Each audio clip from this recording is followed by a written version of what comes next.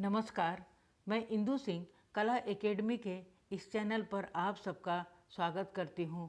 आज हम नेट के सिलेबस में शामिल इकाई 8 के अंतर्गत जयशंकर प्रसाद जी का नाटक ध्रुव स्वामिनी के महत्वपूर्ण बिंदुओं को समझने का प्रयास करते हैं। तो आइए इसके महत्वपूर्ण बिंदुओं को समझते हैं।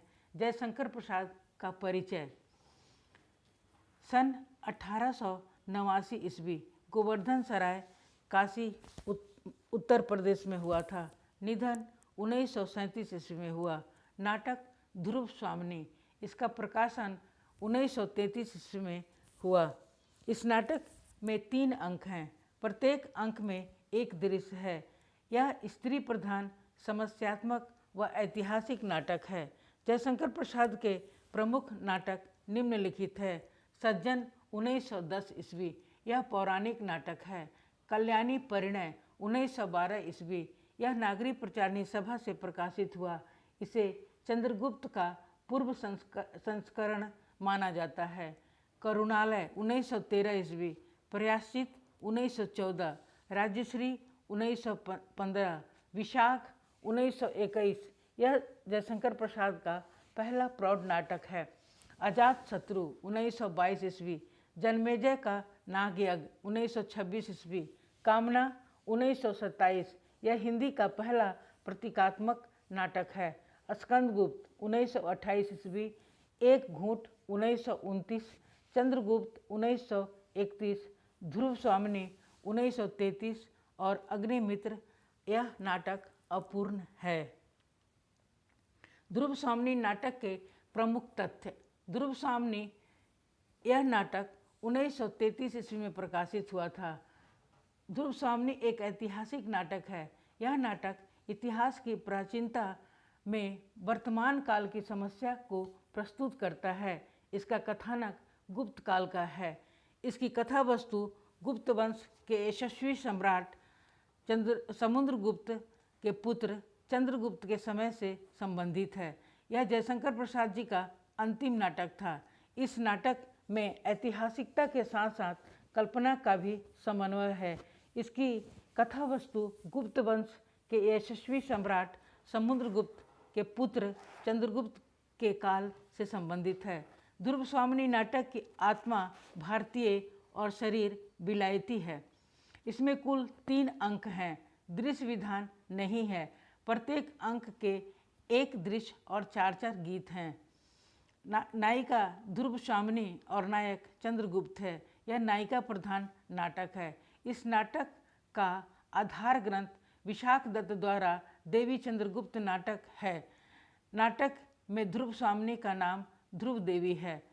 ध्रुव स्वामिनी नाटक 2 कारणों से काल्पनिक है। पहला, विशाख दत्त द्वारा रचित संस्कृत नाटक देवी चंद्रगुप्त में ध्रुव स्वामिनी के पुनर्विवाह चंद्रगुप्त के साथ उल्लेख मिलता है।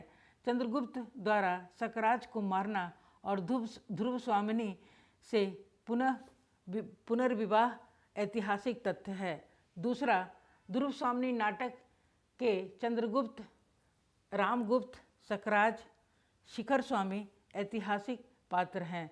ध्रुव स्वामिनी नाटक के पात्र में काल्पनिकता। इस नाटक में कोमा, मंदाकिनी और मिहिरदेव काल्पनिक पात्र हैं। कोमा के माध्यम से गौण कथा का सृजन किया गया है। सकराज के अनैतिक आचरण को पुष्ट करने के लिए कल्पना का सहारा लिया गया है। ध्रुव स्वामिनी नाटक के प्रमुख पात्र। चंद्रगुप्त, यह नाटक का नायक है। समुद्रगुप्त का छोटा बेटा, रामगुप्त का भाई, योग्य अधिकारी, वीर, साहसी, ध्रुव स्वामिनी का प्रेमी, किंतु कलह के कारण राज सिंहासन और ध्रुव स्वामिनी का त्याग कर देता है। रामगुप्त, यह राजा और चंद्रगुप्त का भाई है। समुद्रगुप्त का बड़ा बेटा, स्वार्थी, विलासी, ध्रुव स्वामिनी का पति, शिखर स्वामी के हाथों का कठपुतली। रामगुप्त सकराज के साथ युद्ध करने के डर से ध्रुव स्वामिनी को सौंपना चाहता है। शिखर स्वामी, यह अमात्य है। रामगुप्त का विश्वासी पात्र, नीति शास्त्र का जानकार और षड्यंत्रकारी है। शिखर स्वामी के सहयोग से रामगुप्त राजा बन जाता है। पुरोहित, यह रामगुप्त के राज दरबार का पुरोहित, धर्मशास्त्र का आचार्य, तेजस्वी और निर्भीक है। शकराज, शकों का राजा, कोमा का प्रेमी, राजनीतिज्ञ और पुरुषार्थी है। यह चंद्रगुप्त के हाथों मारा जाता है। खिंगिल, यह शकराज के दरबार का दूत है। यही शकराज को रामगुप्त से संधि की शर्तों के बारे में बताता है। यह काल्पनिक पात्र है। मिहिरसेन, यह शकराज का गुरु, कोमा का पालनकर्ता, धर्मपिता और कुशल राजनीतिज्ञ है। यह चंद्रगुप्त के सैनिकों द्वारा मारा जाता है। ध्रुवस्वामिनी नाटक के नारी पात्र। ध्रुवस्वामिनी ये नाटक की नायिका और ऐतिहासिक पात्र है। इतिहास में इसका नाम ध्रुवश्री मिलता है। रामगुप्त की पत्नी, चंद्रगुप्त की प्रेमिका, साहसी, वीर, ओजस्वी और नारित्व गुणों से युक्त है। मंदाकिनी ये काल्पनिक पात्र है। रामगुप्त और चंद्रगुप्त की बहन है। न्यायप्रिय, कर्तव्यनिष्ठ, निर्भीक, विवेकशील तथा शोषण के विरुद्ध विरोध करती है। कोमा, यह काल्पनिक पात्र है। शकराज की प्रेमिका, पत्नी, भावुक, सरल और नारित्व के गुणों से युक्त है। मिहिरदेव की पालित पुत्री है। खड़क धारिणी, ये रामगुप्त की गुप्तचर है। ध्रुवस्वामिनी नाटक के गौण पात्र। सकराम, यह दूसरा शत्रु राजा है। मिहिरदेव, कोमा के पिता, कुबड़ा, बौना, हिजरा, प्रतिहारी, खड़क धारिणी, पुरोहित, खिंगिल और सामंत कुमार। ध्रुवस्वामिनी नाटक के 3 अंक हैं। प्रथम अंक रामगुप्त के शिविर से आरंभ होता है। दूसरा अंक शकराज के शिविर से आरंभ होता है और तीसरा और अंतिम अंक शकदुर्ग के भीतरी प्रकोष्ठ में होता है।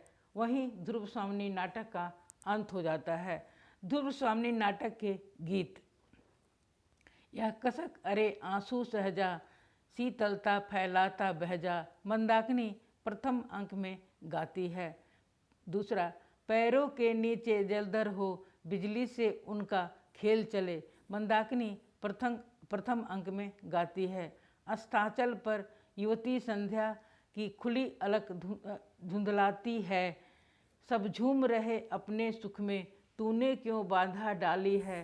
शकराज के दरबार में नर्तकियों द्वारा यह गीत गाया जाता है। अंक 2 में, यौवन तेरी चंचल छाया, इसमें बैठे घूंट भर पी लूं, जो रस तू है लाया, पल भर रुकने वाले, कह तू पथिक कहाँ से आया। दूसरा अंक में कोमा गाती है। नाटक का कथानक।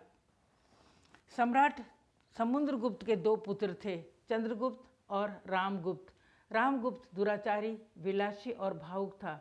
वह सम्राट बनने के लिए सर्वथा अयोग्य था। इसीलिए सम्राट समुद्रगुप्त अपने छोटे पुत्र चंद्रगुप्त को अपना उत्तराधिकारी बनाना चाहते हैं, परंतु रामगुप्त अपने अमात्य शिखर स्वामी के साथ मिलकर एक षड्यंत्र रचता है। चंद्रगुप्त की वाग्दत्ता पत्नी ध्रुवस्वामिनी से विवाह कर लेता है और स्वयं राज सिंहासन पर अधिकार कर लेता है। इसके बावजूद भी चंद्रगुप्त रामगुप्त को सम्राट स्वीकार कर लेता है। ध्रुवस्वामिनी भी धीरे धीरे अपने आप को परिस्थितियों के अनुसार ढालने लगती है। शकराज गुप्त साम्राज्य से अपने पुरखों के अपमान का प्रतिशोध लेने के लिए खिंगिल के माध्यम से रामगुप्त के पास एक प्रस्ताव भेजता है। यदि वह अपने राज्य की सुरक्षा चाहता है तो उसके लिए उपहार स्वरूप अपनी महारानी ध्रुवस्वामिनी और हमारे सभी सामंतों के लिए स्त्रियां भेज दे। रामगुप्त शकराज की बढ़ते हुए शक्ति से पहले ही भयभीत था, इसीलिए वह अपने मंत्री शिखर स्वामी के साथ मंत्रणा के बाद राज्य के हित को ध्यान में रखकर महारानी ध्रुवस्वामिनी और शकराज के सभी सामंतों के लिए अपनी अपनी स्त्रियां भेजने के लिए तैयार हो जाता है। ध्रुवस्वामिनी को जब यह बात पता चलता है तब वह सीधे निर्भीक होकर अमात्य को चुनौती देते हुए कहती है, मैं केवल यही कहना चाहती हूँ कि पुरुषों ने स्त्रियों को अपनी पशु संपत्ति समझकर उन पर अत्याचार करने का जो अभ्यास बना लिया है वह मेरे साथ नहीं चल सकता। चंद्रगुप्त अंतर्मन से ध्रुव स्वामिनी के प्रति अनुरक्त है, लेकिन राजमर्यादा के कारण वह अपना मनोभाव को प्रकट नहीं होने देता है। ध्रुव स्वामिनी भी इस सत्य से अवगत है। वह राजा की आज्ञा से ध्रुव स्वामिनी के साथ सकराज के पास जाने के लिए तैयार हो जाता है। आचार्य मिहिरदेव सकराज को चिताते हुए कहते हैं, स्त्री का सम्मान नष्ट करके तुम जो अपराध करोगे उसका फल क्या अच्छा होगा। विनाश काले विपरीत बुद्धि।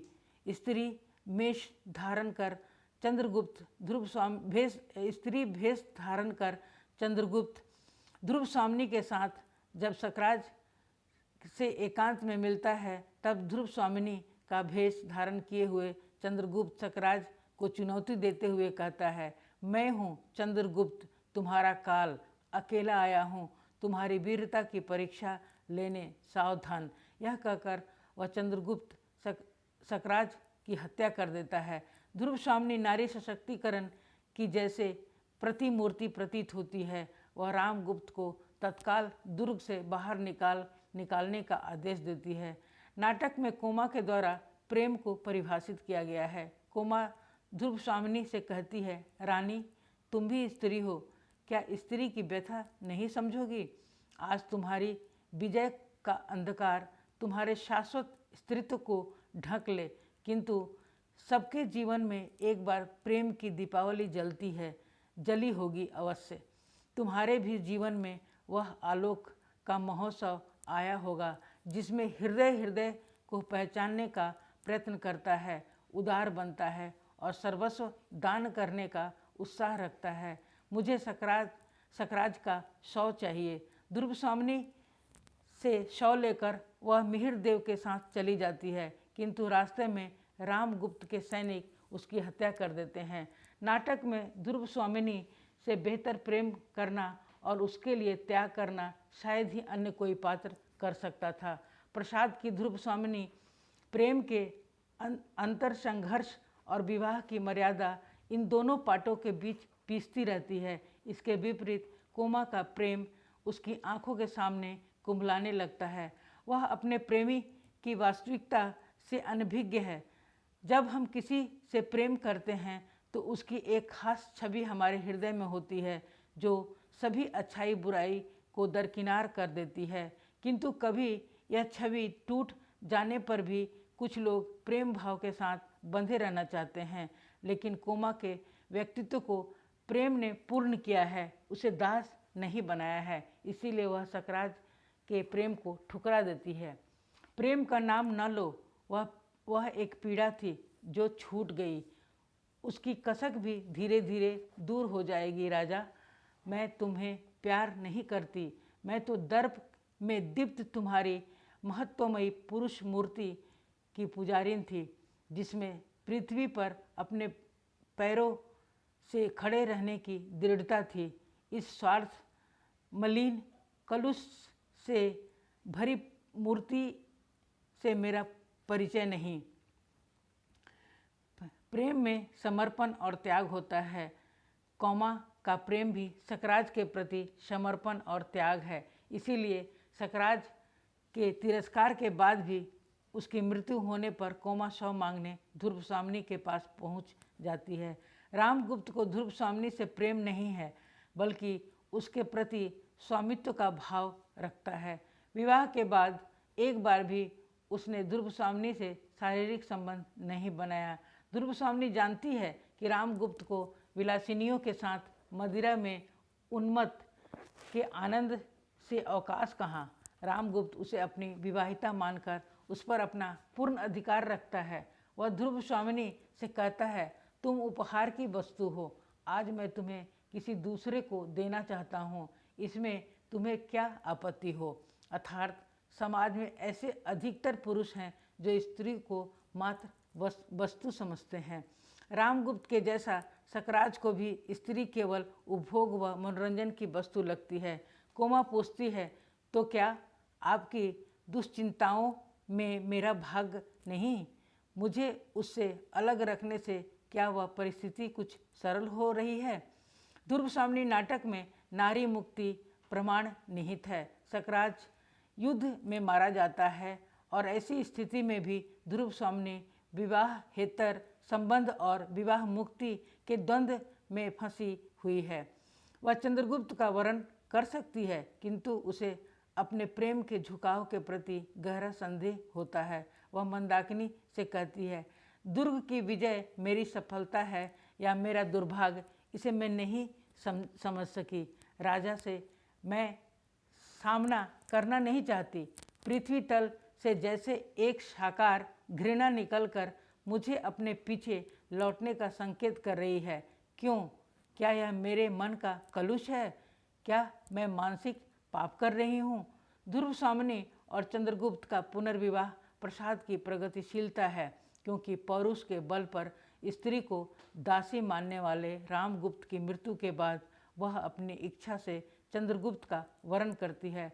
डॉक्टर ओझा के अनुसार ध्रुव स्वामिनी नाटक का उद्देश्य स्त्री के पुनर्विवाह की समस्या को प्रकाश में लाना है। इस नाटक में मंदाकिनी जैसे पात्रों की सृष्टि की गई है जो जड़ शास्त्र के खिलाफ आवाज़ उठाती है। जिन स्त्रियों को धर्म बंधन में बांधकर उनकी सम्मति के बिना आप उनका अधिकार छीन लेते हैं, तब क्या धर्म के पास कोई प्रतिकार, कोई संरक्षण नहीं रख छोड़ते जिससे वे स्त्रियां अपनी आपत्ति में अवलंब मांग सके?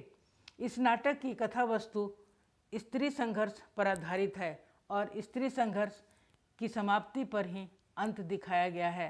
अर्थात ध्रुव स्वामिनी की कथा भी ध्रुव स्वामिनी के संघर्ष से विकसित हुई है और उसके समापन के साथ ही समाप्त हुई है।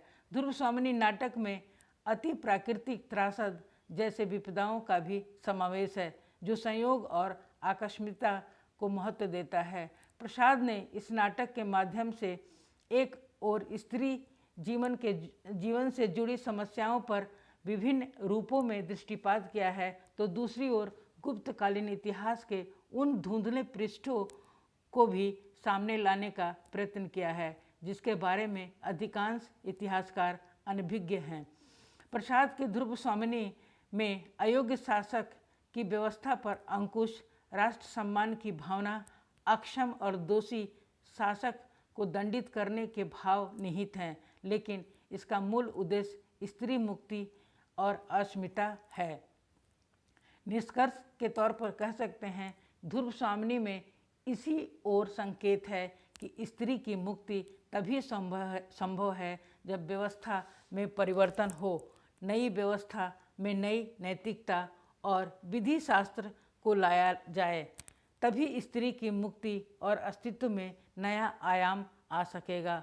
अंत में चंद्रगुप्त ध्रुव स्वामिनी से विवाह कर लेता है और चंद्रगुप्त सम्राट और ध्रुव स्वामिनी सम्राज्ञी बन जाती है। ध्रुव स्वामिनी नाटक के प्रमुख कथन। प्रथम अंक का कथन है शिखर स्वामी का। राजनीति के सिद्धांत में राष्ट्र की रक्षा सब उपायों से करने का आदेश। मंदाकिनी, मूर्खों ने स्वार्थ के लिए साम्राज्य के गौरव का सर्वनाश करने का निश्चय कर लिया है।